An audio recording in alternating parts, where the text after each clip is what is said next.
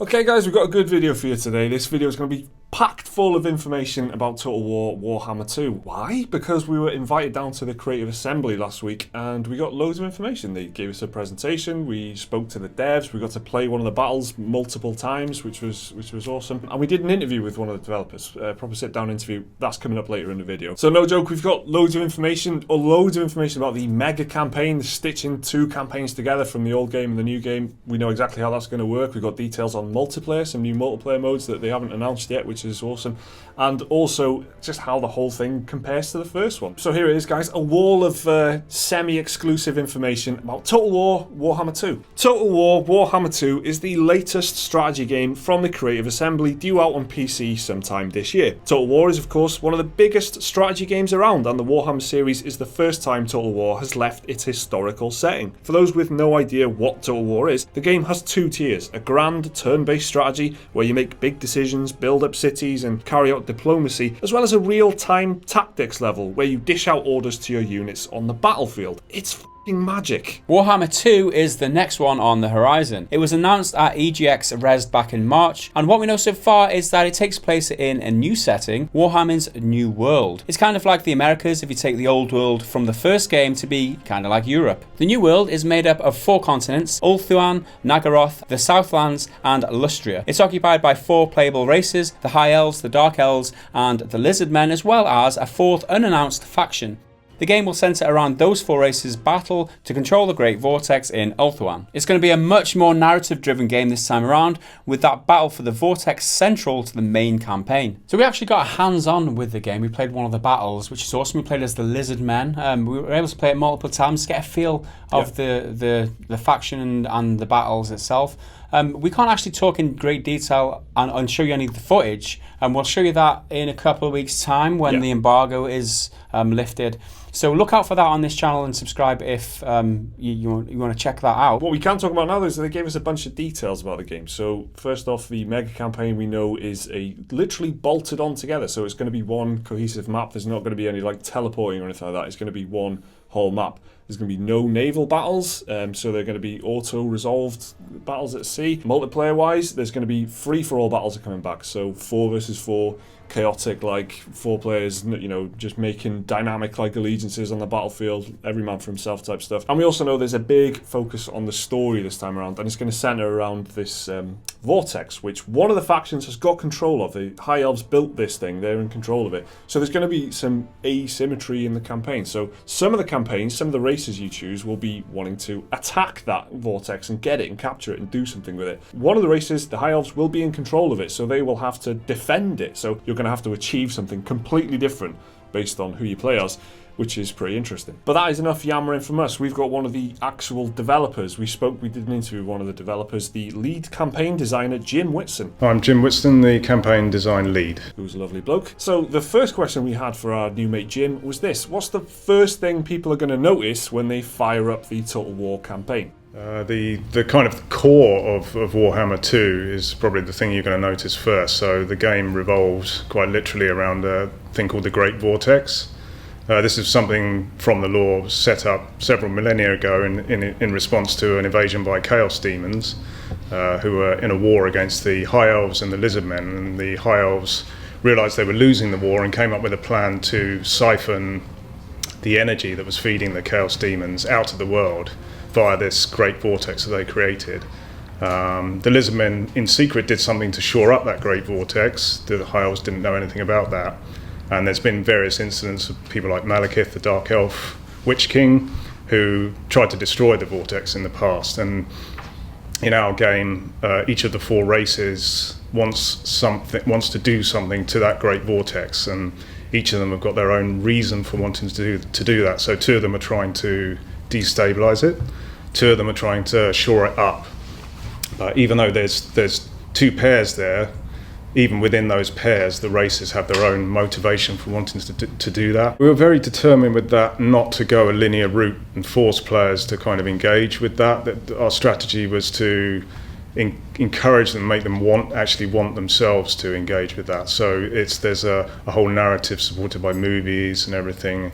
And as I mentioned, each faction has got their own particular reason for wanting to interact with that vortex. So players, I think, are going to want to unlock that. But if at the end of the day they're not interested, or something goes wrong with the way they see that panning out, you can actually just go for an alternative victory conditions where you knock the other factions out. So it's a sandbox game. We're trying to give players sandbox options, really. So this time around, the main single-player campaign will revolve around something called rituals. What are they, and how do they work? Well, this is obviously the tension of the whole campaign. You've got to, basically, you will have visibility to a certain extent of what your opponents are up to with their rituals, and you've got to make that judgment. Can I afford to take my eye off the ball with my own rituals and gathering what I need for that in order to prioritize somewhere else? And if I do that, will I get behind? Can I catch up again? And it kind of all reaches a crescendo towards the end. If you get there first, there's a gigantic battle. If they get there first, there's also a gigantic battle where you may be able to do something to intervene, but maybe not. So next up, we asked him, how will each of the campaigns feel this time around? Will there be any asymmetry, like an attack, defend dynamic, for example? Yeah, I mean, the entire motivation for us wanting to do this is to provide an even greater variety of objectives for players to kind of undertake. So, and each of those to be in different time frames. So you've got your short-term stuff. Oh, there's a poorly defended city there, I'll go and take that. Medium-term stuff. So I need some of the resource to interact with this vortex, and there's some over there, I'll go and do that. And then the long term is this constant pressure of the great vortex and the other races that are trying to interact with that. And there are many different ways in which you can gather what you need to interact with that great vortex. So yeah, there's a certain amount of asymmetry with depending where you start off and what there is that's near, and the opportunities that present themselves through the sandbox gameplay. It can play out very differently each time. Well, that's good news to me. One of my favourite things about the first game was the fact that each campaign felt different. It's actually one of the game's biggest triumphs, if you ask me. But is that something they're still really focused on for this sequel as well? Yeah, that was obviously something of a gamble for the first game to really go with that asymmetry between the races, not only on the battlefield with the rosters they've got available, but with the campaign features. And it went down very well, and we found it a lot of fun to play and develop with as well. So we've really kind of doubled down on that with this one. Each of the races have got a very different feature set for the campaign side of the game.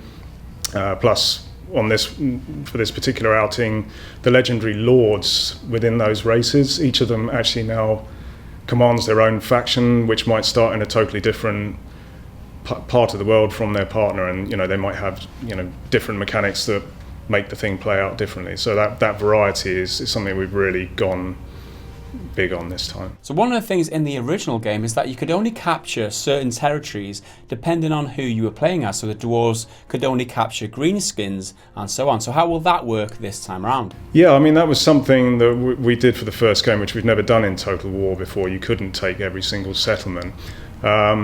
We've gone for a kind of a best of both worlds scenario this time. So although you can now actually take any settlement you want, but you're not necessarily going to thrive in every settlement that you take. So each race has got its own preferred kind of climate type, and each settlement has a climate type. So there may be a settlement that you take which isn't according to your climate type, and it may struggle as a result to develop and expand. But obviously that's adding to the strategic depth of your decision making on the map. It might be that you take that despite the disadvantages, just because it's strategically important to you. Alright, well, in the new world map there is an awful lot of water. How will naval battles be handled this time around? The naval battles are going to be auto-resolved in this one, but that's not to say that there's not interesting things to do at sea. We've got storms rolling around, and they're pretty devastating if you come into contact with one of those.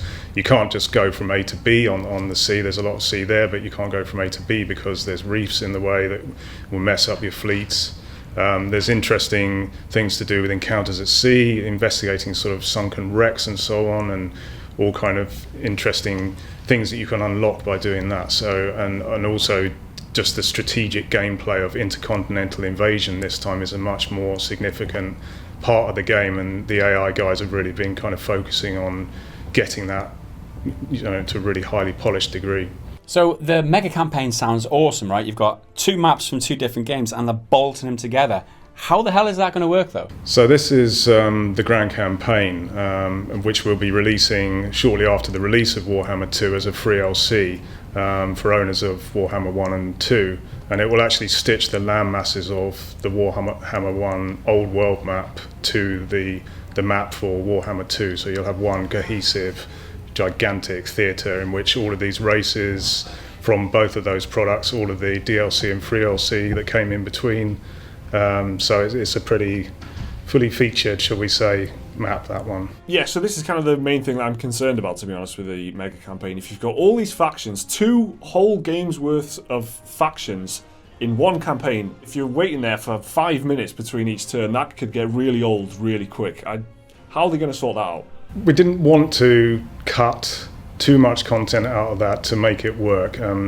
We think that people will understand there is a balance to be struck between, the length of that turn time and having enough content in there to satisfy everybody out there and us ourselves. So balance is the word, basically. We're trying to find that right balance between those two things, and we got several options in our locker as we find that balance. So before we sat down for the interview, we got a presentation, and in that presentation they told us that some of the old races from the old game will feature in the new game. How will that work? Well, this is something that, as you read through all the army books for the tabletop game, you'll constantly find references to little incursions by all of the races into various bits of territory. So there's Skeggy in Lustria, which is, although it's very far from Norska itself, it's actually a lost band of Norscan raiders who eventually washed up on the shores of Lustria and set up a settlement there. So that's there. There's the Vampire Coast, and all of the other old world races have got some sort of foothold in the geography.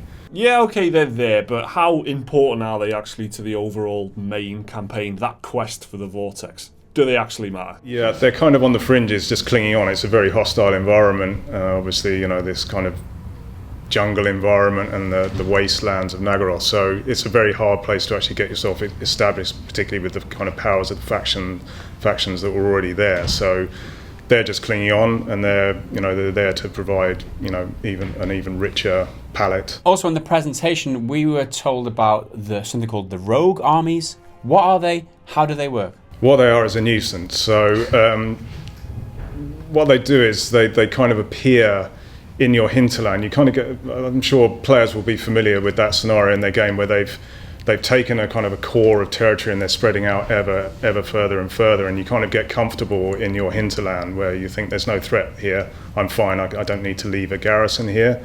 And a rogue army will pitch up at this point, and will try and take one of your settlements or enter a set of ruins and set up something there and basically make a nuisance of themselves. So it's to prevent that kind of complacency of the kind of mid to late game where you think, well, I'm fine here, I don't need to bother. No, you do need to bother and keep your eye on these new threats. One of the things that I really enjoyed about the first game was all the new units. You had flying units, trolls, huge monsters, mages casting fireballs and all kinds of stuff. That was one of the best, most exciting things about the game, if you ask me.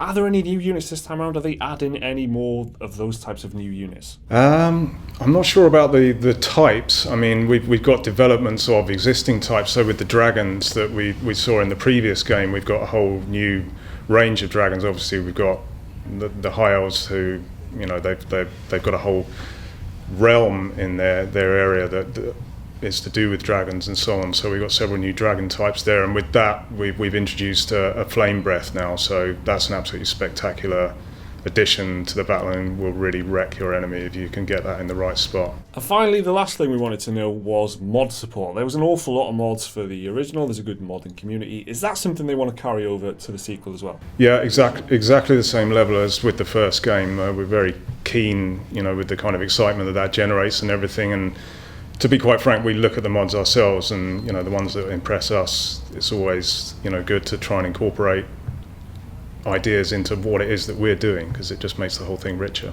Nice one. Thanks, Jim. As we mentioned earlier, we got to play a battle as well. We played it a few times each just to get a good feel for it. We played as the Lizard Men against the High Elves, and it was a kind of pitched story battle. And it was, you know, it was pretty cool. It was like an asymmetrical map, and you started at the bottom. You had to work your way up. It wasn't like a siege. There wasn't walls or anything like that. But you know, the High Elves definitely had like an obvious defensive advantage. The Lizard Men, to counter that, are very brutal. They were very fast, and you could just send them out, and they were very chaotic. Like we said, we'll go into more detail later down the line, but yeah. They were just very chaotic, and they felt very different to anything else I'd played in the original one, which was a very positive sign for me. So as part of the presentation, we got this video presentation where they showed us the campaign map, and they had a flyover, and there was like a voiceover describing all the different areas of it. It looked huge. I mean, yeah, it was a very big map, and the variety there as well was something another big departure from the original one. It was different again, you know, like the actual Lizard Men. It looked completely different. It was a lot of verticality, a lot of mountains.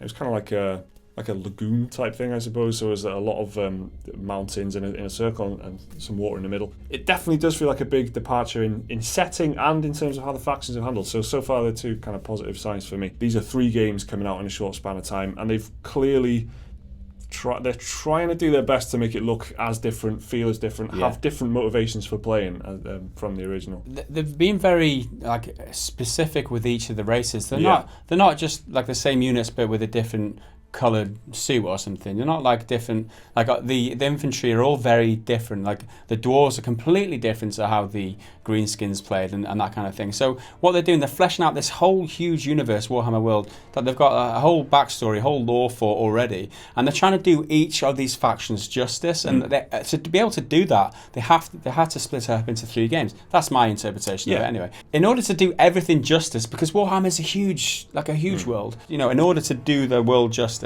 I think this is why they've done it. Yeah, and you're dead right about that. Mechanically, they're totally different, and this is something that I was keen to ask the guy in the interview. I mean, he was explaining how they'd made a conscious effort to like double down on what they'd done in the first one because it was a bit of a gamble, is what he said, which is interesting choice of words. They weren't sure that having such different factions would play well with the players, because Total War's got this long tradition. It's got loads of old games. This is a big departure. So now that was a success, they're doubling down on it this time around. There's different objectives in the campaign. There's different things to achieve. And that is ultimately probably one of the best things about Total War Warhammer, which I've already said about 3 times about other things. But never mind that. It's so replayable. The fact that you can go back to each faction and do something different is what I loved about the original. And I'm really concerned that is what they can achieve that in this one as well. That's what I want them to do again. One other thing that kind of caught my ear while we were there is because we were there with other YouTubers or online creators, and as soon as they mentioned this free-for-all multiplayer battle, there was like whoops and woo, it was and like everything. Or something. It was like high fives and everything. Fives. And I was like, what's it? It must be quite a decent feature. So a lot of you guys might be excited to hear that too if you're a multiplayer specialist, I guess. Is there's a free-for-all mode. Overall, it was quite interesting. I mean, they're going to be showing off a lot more on E3 by the sounds of it. This is some kind of primer thing for E3. Just to give us some details beforehand. Hopefully we'll get a release date at E3 or something like that. I reckon. So there you go, guys. That's what we learned from our trip to the Creative Assembly last week. We'll have another full impressions video with gameplay for you very soon. So subscribe to the channel if you want to look out for that. Remember to like the video if you enjoyed it. There'll be another video right there if you want to watch that, and a link to Patreon if you want to support this kind of video in the future. See you next time.